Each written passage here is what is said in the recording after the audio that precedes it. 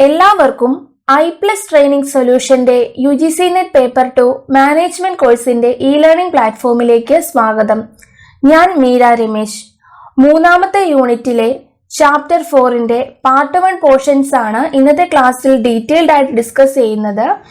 ഇന്നത്തെ ക്ലാസ്സിൽ ഇൻക്ലൂഡ് ചെയ്തിരിക്കുന്നത് ഇൻഡസ്ട്രിയൽ റിലേഷൻസ് ആൻഡ് ലേബർ വെൽഫെയറിൽ ഉൾപ്പെടുത്തിയിരിക്കുന്ന പോർഷൻസ് ആണ്. നമുക്ക് പഠിച്ചു തുടങ്ങാം. First topic is industrial relations. എന്താണ് ഇൻഡസ്ട്രിയൽ റിലേഷൻസ്?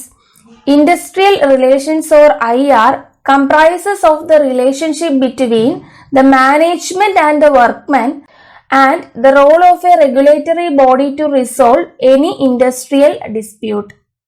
അപ്പോൾ എന്താണ് ഇൻഡസ്ട്രിയൽ റിലേഷൻ എന്ന് പറയുന്നത്? അതായത് എംപ്ലോയേഴ്സും എംപ്ലോയീസും ട്രേഡ് യൂണിയൻ അല്ലെങ്കിൽ ഒരു റെഗുലേറ്ററി ബോഡിയും തമ്മിലുള്ള റിലേഷനെയാണ് ഇൻഡസ്ട്രിയൽ റിലേഷൻ എന്ന് പറയുന്നത്. എന്തിനു വേണ്ടിയിട്ടുള്ള relation? To solve the industrial disputes. Industrial disputes എല്ലാം സോൾവ് ചെയ്യാൻ വേണ്ടിയിട്ട് ആക്ട് ചെയ്യുന്ന ഒരു റെഗുലേറ്ററി ബോഡിയും മാനേജ്മെന്റും കൂടാതെ വർക്കേഴ്സും തമ്മിലുള്ള റിലേഷനെയാണ് ഇൻഡസ്ട്രിയൽ റിലേഷൻ എന്ന് പറയുന്നത്. ഇനി നമുക്ക് ഇൻഡസ്ട്രിയൽ റിലേഷൻസ് മെയിൻ ആയിട്ടും എന്തെല്ലാം കാര്യങ്ങളാണ് കവർ ചെയ്യുന്നതെന്ന് നോക്കാം. They include regulatory body to resolve industrial disputes. അല്ലെ, ഇൻഡസ്ട്രിയൽ ഡിസ്പ്യൂട്ട്സ് എല്ലാം സോൾവ് ചെയ്യാൻ വേണ്ടിയിട്ടുള്ള ഒരു റെഗുലേറ്ററി ബോഡി. Collective bargaining. എന്താണ് കളക്റ്റീവ് ബാർഗെയിനിങ്? അതായത് മാനേജ്മെന്റും എംപ്ലോയീസ് അല്ലെങ്കിൽ ട്രേഡ് യൂണിയന്റെ റെപ്രസെന്റേറ്റീവ്സും തമ്മിൽ ഇരുന്ന് ഡിസ്കസ് ചെയ്ത് അവരുടെ പ്രോബ്ലംസ് എല്ലാം സംസാരിച്ച് അതിന് പരിഹാരം കാണുന്നതിനെയാണ് കളക്റ്റീവ് ബാർഗെയിനിങ് എന്ന് പറയുന്നത്. Then the role of management, union and government. Then labour legislation. അല്ലെ, ഇൻഡസ്ട്രിയൽ ഡിസ്പ്യൂട്ട് സോൾവ് ചെയ്യണമെങ്കിൽ തീർച്ചയായും ലേബർ ലെജിസ്ലേഷൻസ് എല്ലാം ആവശ്യമാണ്. അതുകൊണ്ട് ലേബർ ലെജിസ്ലേഷൻസും ഇൻഡസ്ട്രിയൽ റിലേഷന്റെ പാർട്ടാണ്. Workers grievance redressal mechanism. അതായത് വർക്കേഴ്സിന്റെ പരാതികളും ഡിസാറ്റിസ്ഫാക്ഷനും എല്ലാം പരിഹരിക്കുന്ന ഒരു മെക്കാനിസം. അതാണ് workers grievance redressal mechanism. Then disciplinary policy and practices. Disciplinary policy എന്ന് പറഞ്ഞാൽ എന്താണ്? ഓർഗനൈസേഷന്റെ അച്ചടക്ക നയം. അപ്പൊ ഡിസിപ്ലിനറി പോളിസിയും പ്രാക്ടീസും ഇൻഡസ്ട്രിയൽ റിലേഷൻ കവർ ചെയ്യുന്ന ഒരു കാര്യമാണ്. Then industrial relations training. ഇത്രയും കാര്യങ്ങളാണ് ഒരു ഓർഗനൈസേഷനിൽ ഓവറോൾ ഇൻഡസ്ട്രിയൽ റിലേഷൻ മെയിൻ ആയിട്ടും കവർ ചെയ്യുന്ന areas. Then the next topic is importance of industrial relations. അതായത് ഒരു ഓർഗനൈസേഷനിലെ ഇൻഡസ്ട്രിയൽ റിലേഷന്റെ പ്രാധാന്യം എന്തെല്ലാമാണ്? First one is increased productivity. ഈ ഒരു പോയിന്റ് ഉദ്ദേശിക്കുന്നത് ഒരു ഓർഗനൈസേഷനിൽ മാനേജ്മെന്റും വർക്കേഴ്സും തമ്മിൽ നല്ല രീതിയിൽ ഒരു ഇൻഡസ്ട്രിയൽ റിലേഷൻ ആണ് മെയിൻറ്റെയിൻ ചെയ്ത് പോകുന്നതെങ്കിൽ അവിടെ ഡിസ്പ്യൂട്ട്സ് വളരെ കുറവായിരിക്കും. അതുകൊണ്ട് തന്നെ വർക്കേഴ്സിന്റെ പ്രൊഡക്ടിവിറ്റിയും കൂടും. And also both the workers and managers continue to the work in their respective position and contribute towards the overall productivity of the firm. Thus, industrial relation ensures continuity of the production in an organization. The next point is reduced industrial disputes. ഒരു effective ആയിട്ടുള്ള industrial relation മാനേജ്മെന്റും വർക്കേഴ്സുമായിട്ട് ഒരു harmonious relation maintain ചെയ്യാൻ സഹായിക്കുന്നു. അതുകൊണ്ട് തന്നെ industrial ഡിസ്പ്യൂട്ട്സും ഓർഗനൈസേഷനിൽ കുറവായിരിക്കും. Thus, it helps to reduce the industrial disputes. Then third point is increased morale. ഒരു ഓർഗനൈസേഷനിൽ പീസ്ഫുൾ ആയിട്ടുള്ള ഇൻഡസ്ട്രിയൽ റിലേഷൻ ആണ് ഉള്ളതെങ്കിൽ it boost the morale level of the employees. Then the last point is minimization of wastage. A good industrial relation ensures reduced wastage. അല്ലെ, ഓർഗനൈസേഷനിലെ wastage കുറയ്ക്കുന്നു. As the resources like man, machinery, material are fully utilized. അതായത് ഒരു ഓർഗനൈസേഷനിലെ industrial relations നല്ലതാണെങ്കിൽ അത് ഓർഗനൈസേഷനിലെ wastage കുറയ്ക്കാൻ സാധിക്കുന്നു. Men, machinery, material are fully utilised and effectively contributing towards the overall productivity of the firm. The next topic is approaches to industrial relations. Industrial റിലേഷൻസിന് main ആയിട്ടും 4 അപ്രോച്ച് ആണുള്ളത്. Unitary approach, pluralistic approach, Marxist approach and finally the human relation approach. ഇവ ഓരോന്നും നമുക്ക് detailed ആയിട്ട് discuss ചെയ്യാം. First one is unitary approach. The unitary approach is based on the notion that all members of the organization include managers, workers and other staff have a common set of objective, purposes and interest and therefore they work together towards the accomplishment of a shared goals. ഈ ഒരു approach പറയുന്നത് ഓർഗനൈസേഷന്റെ പൊതുവായ common ഗോളും ഒബ്ജക്റ്റീവ്സും achieve ചെയ്യുന്നതിന് വേണ്ടി മാനേജ്മെന്റും വർക്കേഴ്സും ഹാർമണിയോടെ ഒത്തൊരുമയോടെ മുന്നോട്ട് പോകുന്നതിനെയാണ് യൂണിറ്ററി അപ്രോച്ച് എന്ന് പറയുന്നത്.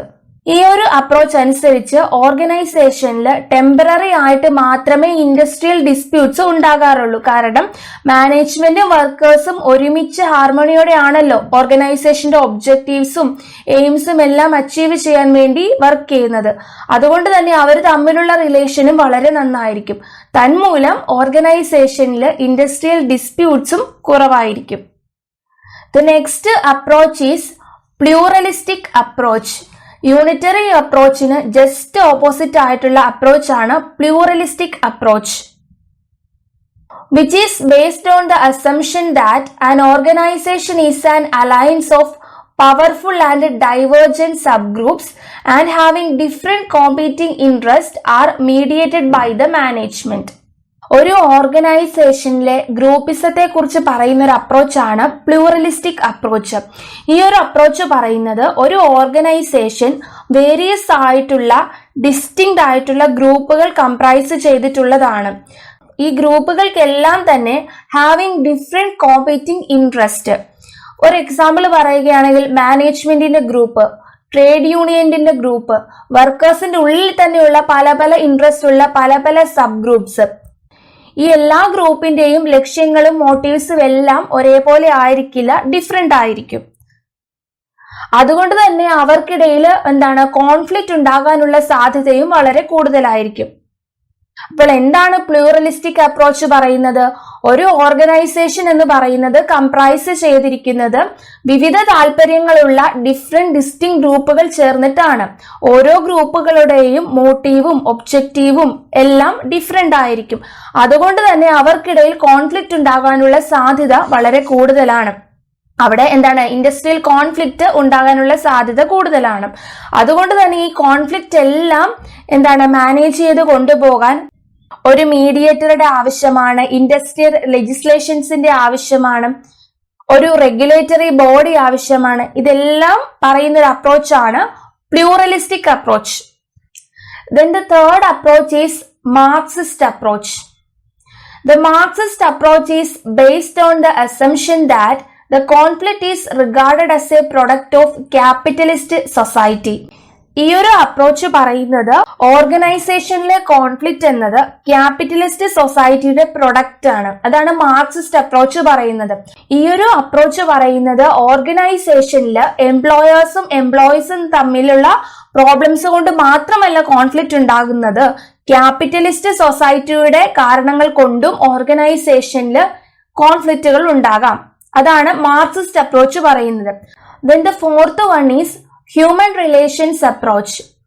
നമുക്കറിയാം ഹ്യൂമൻ റിലേഷൻ അപ്രോച്ച് കൊണ്ടുവന്നത് എൽട്ടൺ മായോ ആണ്.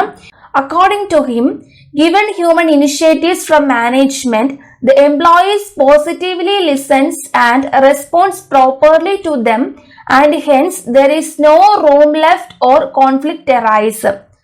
ഈ ഒരു അപ്രോച്ച് പറയുന്നത് മാനേജ്മെന്റ് അല്ലെങ്കിൽ എംപ്ലോയീസിനെ നല്ല രീതിയിൽ അവരെ മനുഷ്യത്വപരമായിട്ടാണ് നല്ല രീതിയിലാണ് ഒരു ഹ്യൂമൻ വാല്യൂസ് എല്ലാം കൊടുത്താണ് ട്രീറ്റ് ചെയ്യുന്നതെങ്കിൽ ഓർഗനൈസേഷനിൽ കോൺഫ്ലിക്റ്റും കുറവായിരിക്കും. അതായത് മാനേജ്മെന്റ് അല്ലെങ്കിൽ എംപ്ലോയീസിനെ നല്ല രീതിയിൽ ട്രീറ്റ് ചെയ്യുമ്പോൾ അവർക്കിടയിൽ നല്ല രീതിയിൽ ഒരു ബന്ധം അല്ലെങ്കിൽ നല്ല രീതിയിൽ ഒരു റിലേഷൻഷിപ്പ് ഉണ്ടാകുന്നു.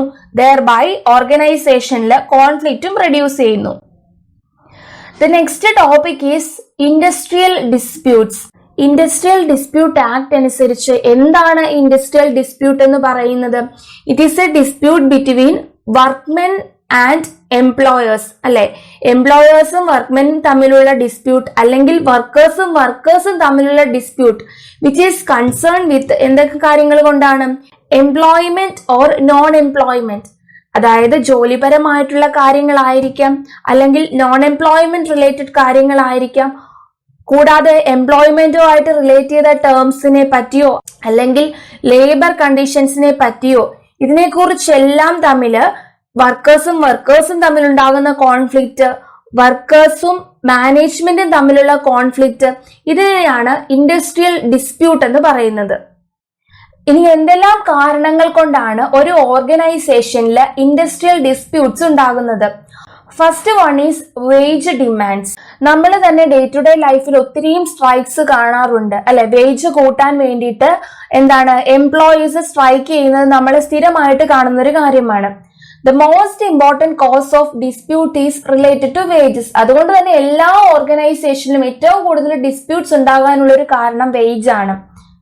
The demand for wages has never been. The second one is union rivalry. That means multiplicity of union leads to inter-union rivalries. നമുക്കറിയാം പല ട്രേഡ് യൂണിയൻസ് ഉണ്ട്. അപ്പോൾ ഒരു ഓർഗനൈസേഷനിൽ വർക്ക് ചെയ്യുന്ന എംപ്ലോയീസ് പല ട്രേഡ് യൂണിയൻസിൽ ഉള്ളവരായിരിക്കും. അപ്പൊ അതുകൊണ്ട് തന്നെ എന്തെങ്കിലും ഒരു കാര്യത്തിൽ, എക്സ്പെഷ്യലി ഇപ്പം വേജിന്റെ കാര്യത്തിലാണെങ്കിൽ ഒരു സെറ്റിൽമെന്റ് മാനേജ്മെന്റ് പറയുമ്പോൾ ഒരു ട്രേഡ് യൂണിയൻ അതിനെ സപ്പോർട്ട് ചെയ്യുമ്പോൾ മറ്റൊരു ട്രേഡ് യൂണിയൻ അതിനെ സപ്പോർട്ട് ചെയ്യില്ല. അതിനെയാണ് യൂണിയൻ റൈവലറി എന്ന് പറയുന്നത്. ഇങ്ങനെയുള്ള യൂണിയൻ റൈവലറി കൊണ്ട് ഒരു ഓർഗനൈസേഷനിൽ ലാർജ് സ്കെയിലിൽ വയലൻസ് അല്ലെങ്കിൽ ഡിസ്പ്യൂട്ട് ഉണ്ടാകാനുള്ള സാധ്യതയുണ്ട്. Then the third one is political interference.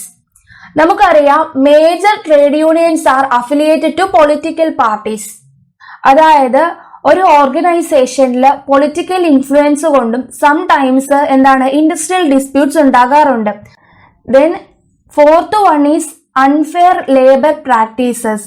അതായത് ഒരു ഓർഗനൈസേഷനിൽ അൺഫെയർ ആയിട്ടുള്ള ലേബർ പ്രാക്ടീസസ് ആണ് ഫോളോ ചെയ്യുന്നതെങ്കിൽ അവിടെ ഇൻഡസ്ട്രിയൽ ഡിസ്പ്യൂട്ട്സ് ഉണ്ടാകുകയും ഒരു പീസ്ഫുൾ ആയിട്ടുള്ള എൻവയോൺമെന്റ് മെയിൻറ്റെയിൻ ചെയ്യാൻ സാധിക്കാതെ വരികയും ചെയ്യുന്നു. Then the last one is multiplicity of labour laws. The next topic is dispute resolution. അതായത് ഇൻഡസ്ട്രിയൽ ഡിസ്പ്യൂട്ട് റെസൊല്യൂഷൻ. എന്താണ് ഡിസ്പ്യൂട്ട് റെസൊല്യൂഷൻ എന്ന് പറയുന്നത്? Dispute resolution refers to a technique of settling the conflicts or claim between two parties, that is employer and the employees. അപ്പൊ dispute resolution എന്ന് പറയുന്നത് എംപ്ലോയേഴ്സും തമ്മിലുള്ള കോൺഫ്ലിക്റ്റും ക്ലെയിംസും എല്ലാം സെറ്റിൽ ചെയ്യുന്നതിനെയാണ് അല്ലെങ്കിൽ പരിഹരിക്കുന്നതിനെയാണ് ഡിസ്പ്യൂട്ട് റെസൊല്യൂഷൻ എന്ന് പറയുന്നത്. നമുക്കറിയാം ഒരു ഓർഗനൈസേഷനിൽ എന്തെല്ലാം കാര്യങ്ങൾ കൊണ്ടാണ് ഡിസ്പ്യൂട്ട്സ് ഉണ്ടാകുന്നത്? Wage demand, unfair labour practices, political interferences, union rivalry, ഈ കാര്യങ്ങളെല്ലാം കൊണ്ട് തന്നെ ഒരു ഓർഗനൈസേഷനിൽ ഡിസ്പ്യൂട്ട്സ് ഉണ്ടാകാം. അപ്പൊ ഇങ്ങനെ ഉണ്ടാകുന്ന ഡിസ്പ്യൂട്ട്സ് മാനേജ്മെന്റും വർക്കേഴ്സും ട്രേഡ് യൂണിയനും തമ്മിൽ ഇങ്ങനെ ഉണ്ടാകുന്ന ഡിസ്പ്യൂട്ട്സിനെ എല്ലാം സെറ്റിൽ ചെയ്യുന്നതിനെയാണ് ഡിസ്പ്യൂട്ട് റെസൊല്യൂഷൻ എന്ന് പറയുന്നത്. The techniques aims at achieving fairness for both the groups and arriving at an agreement between the consensus. അതായത് ഡിസ്പ്യൂട്ട് റെസൊല്യൂഷനിലൂടെ ഒരു തേർഡ് പാർട്ടിയുടെ മീഡിയേഷനോടെ മാനേജ്മെന്റും വർക്കേഴ്സും ട്രേഡ് യൂണിയനും തമ്മിലുള്ള ഡിസ്പ്യൂട്ട്സ് എല്ലാം സെറ്റിൽ ചെയ്യുന്നതിനെയാണ് ഡിസ്പ്യൂട്ട് റെസൊല്യൂഷൻ എന്ന് പറയുന്നത്. ഇനി എന്തെല്ലാം മെത്തേഡ്സിലൂടെയാണ് ഓർഗനൈസേഷനിൽ ഡിസ്പ്യൂട്ട് റെസൊല്യൂഷൻ ചെയ്യുന്നതെന്ന് നോക്കാം. First one is collective bargaining. Collective bargaining പ്രോസസ്സിൽ എംപ്ലോയീസിന്റെ അല്ലെങ്കിൽ വർക്കേഴ്സിന്റെ റെപ്രസെന്റേറ്റീവ്സും ട്രേഡ് യൂണിയന്റെ റെപ്രസെന്റേറ്റീവ്സും മാനേജ്മെന്റും ഇവര് പരസ്പരം കൂടിയിരുന്ന് സംസാരിച്ച് അവരുടെ പ്രോബ്ലംസിനെ പറ്റിയെല്ലാം ഡിസ്കസ് ചെയ്ത് പരസ്പരം അങ്ങോട്ടും ഇങ്ങോട്ടും അവരുടെ ഡിമാൻഡ്സ് പറഞ്ഞ് ഒരു സെറ്റിൽമെന്റിൽ എത്തുന്നതിനെയാണ്, മ്യൂച്വൽ എഗ്രിമെന്റ് വഴി ഒരു സെറ്റിൽമെന്റിന് എത്തുന്നതിനെയാണ് കളക്റ്റീവ് ബാർഗെയിനിങ് എന്ന് പറയുന്നത്. Collective bargaining is a process in which representatives of employees or say labor unions and employers meet and discuss various matters relating to wage and benefits to arrive at a mutual agreement. The second one is code of discipline. The Ministry of Labour of India has released a code of conduct for industries. In this method, the duties and responsibilities of both the parties are defined. അല്ലെ, എംപ്ലോയേഴ്സിന്റെയും എംപ്ലോയീസിന്റെയും ഡ്യൂട്ടീസും റെസ്പോൺസിബിലിറ്റീസും എല്ലാം വ്യക്തമായിട്ട് define ചെയ്തിട്ടുണ്ട്. When these norms are strictly followed, the probability of dispute can be reduced. Then the third one is grievance procedure. ഒരു ഓർഗനൈസേഷനിൽ എപ്പോഴാണ് grievances ഉണ്ടാകുന്നത്? ഒരു management തൊഴിൽ നിബന്ധനകളും വ്യവസ്ഥകളും എല്ലാം ലംഘിക്കുമ്പോൾ ഓർഗനൈസേഷനിൽ ഗ്രാജുവലി ഗ്രീവൻസ് അറൈസ് ചെയ്യുന്നു. Grievance takes place when there is a violation of provision of law or breach of terms and conditions of employment by the management. The redressal can be sought out by the aggrieved employee through defined grievance procedure. അല്ലെ, proper ആയിട്ടുള്ള grievance പ്രൊസീജിയറിലൂടെ മാത്രമേ നമുക്ക് ഓർഗനൈസേഷനിലെ grievance സെറ്റിൽ ചെയ്യാൻ സാധിക്കത്തുള്ളൂ.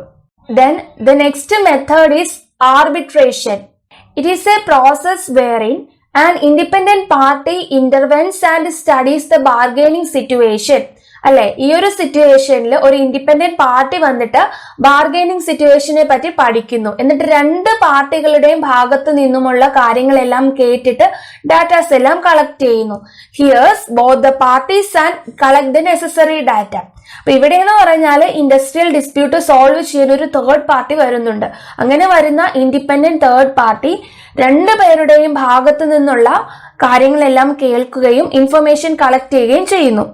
After that, the recommendations are made by the arbitrator, which are binding on the warring group. Then the next one is conciliation.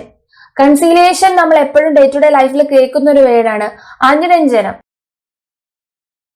ഈ ഒരു ടെക്നിക്കില് മാനേജ്മെന്റിന്റെയും labour യൂണിയൻസിന്റെയും റെപ്രസെന്റേറ്റീവ്സിനെ ഒരു ഒത്തുതീർപ്പിൽ എത്തിച്ച് ഒരു കൺസെൻസസിൽ എത്തിക്കാൻ വേണ്ടിയിട്ട് പ്രേരിപ്പിക്കുന്നതാണ് കൺസീലിയേഷൻ എന്ന് പറയുന്നത്. കൺസീലിയേറ്റർ എന്ന് പറയുന്നത് ഒന്നെങ്കിൽ ഒരു വ്യക്തിയാകാം അല്ലെങ്കിൽ ഒരു ഗ്രൂപ്പ് ഓഫ് പീപ്പിൾ ആകാം. The conciliator cannot enforce his decision on the parties. Adjudication. When the dispute is not settled through conciliation, recourse to adjudication is taken only on the recommendation of the conciliation officer. The process is an obligatory resolution of the industrial dispute by the court of tribunal, wherein a verdict of labor courts is binding on the group. The next topic is grievance.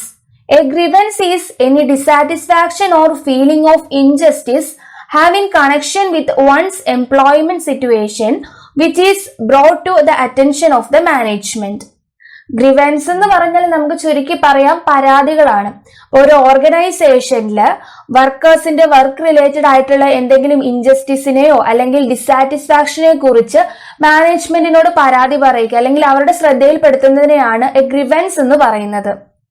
ഇനി നമുക്ക് ഗ്രിവൻസിന്റെ ഒരു according to Michael Jucius, grievance is any discontent or dissatisfaction whether expressed or not, whether valid or not, arising out of anything connected with the company which is an employee thinks, believes or even feels to be unfair, unjust or inequitable. The next topic is need for grievance procedure in an organization. എന്തെല്ലാം കാരണങ്ങൾ കൊണ്ടാണ് ഒരു ഓർഗനൈസേഷനിൽ grievance procedure ആവശ്യമായിട്ടുള്ളത്? First one is identification and analysis of grievance. അല്ലെ, ഓർഗനൈസേഷനിലെ പരാതികളെല്ലാം identify ചെയ്യുകയും അനലൈസ് ചെയ്യുകയും ചെയ്യുക. Second one is helps at formulating and implementing the policies and programmes. ഈ ഗ്രീവൻസ് എല്ലാം സെറ്റിൽ ചെയ്യാൻ വേണ്ടിയിട്ടുള്ള പ്രോഗ്രാംസും പോളിസീസും എല്ലാം ഫോർമുലേറ്റ് ചെയ്യുകയും ഇംപ്ലിമെന്റ് ചെയ്യുകയും ചെയ്യാൻ വേണ്ടിയിട്ടും ഗ്രീവൻസ് പ്രൊസീജിയർ ഓർഗനൈസേഷന് അത്യാവശ്യമാണ്. It is problem solving dispute settling mechanism. അതായത് ഓർഗനൈസേഷനിലെ എംപ്ലോയേഴ്സും എംപ്ലോയീസിന്റെ ഇടയിൽ ഉണ്ടാകുന്ന ഗ്രീവൻസിനെ റിലേറ്റ് ചെയ്ത് പ്രോബ്ലംസ് എല്ലാം സോൾവ് ചെയ്യുകയും ഡിസ്പ്യൂട്ട്സ് എല്ലാം സെറ്റിൽ ചെയ്യുന്നത് ഒരു മെക്കാനിസമാണ് grievance procedure. Strengthen good industrial relationship. അതായത് ഓർഗനൈസേഷനിൽ നല്ല രീതിയിൽ ഒരു ഇൻഡസ്ട്രി റിലേഷൻ സ്ട്രെങ്തൻ ചെയ്യാൻ ഇത് സഹായിക്കുന്നു. It detects the flaws in working conditions and help to take corrective measures. അല്ലെ, വർക്കിംഗ് കണ്ടീഷൻസിൽ എന്തെങ്കിലും ഫ്ലോസ് ഉണ്ടെങ്കിൽ അത് ഐഡന്റിഫൈ ചെയ്യാനും കറക്റ്റ് ചെയ്യാനും സഹായിക്കുന്നു. Next one is build good morale and maintains code of discipline.